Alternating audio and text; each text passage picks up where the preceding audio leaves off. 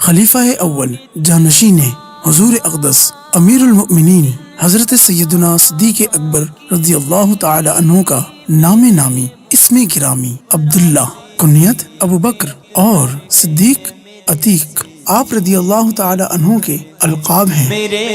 آپ رضی اللہ تعالی عنہ قریشی ہیں اور ساتویں پشت 7th جنریشن میں آپ رضی اللہ تعالی عنہ کا شجرہ نسب رسول اللہ صلی اللہ تعالی علیہ وآلہ وسلم کے خاندانی شجرے سے مل جاتا ہے۔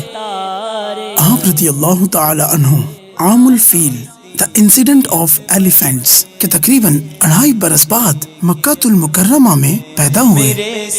امیر المؤمنین حضرت سیدنا صدیق اکبر رضی اللہ تعالی عنہ وہ صحابی ہیں جنہوں نے سب سے پہلے تاجدار رسالت صلی اللہ تعالی علیہ وآلہ وسلم کے رسول ہونے کی تصدیق کی۔ علماء اسلام فرماتے ہیں کہ آپ رضی اللہ تعالی عنہ انبیاء کرام علیہ السلام کے بعد اگلے اور پچھلے تمام انسانوں میں سب سے افضل و اعلیٰ ہیں۔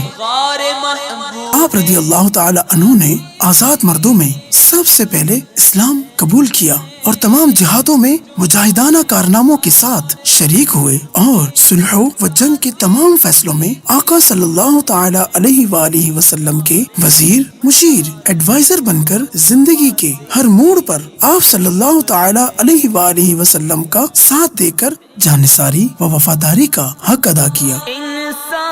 حضور اکرم صلی اللہ تعالی علیہ وآلہ وسلم کے وصال ظاہری کے بعد مسلمانوں نے انہیں اپنا امیر مقرر کرنے پر اتفاق کیا۔ یوں یہ امیر المؤمنین خلیفہ اول بلا فصل کہلائے۔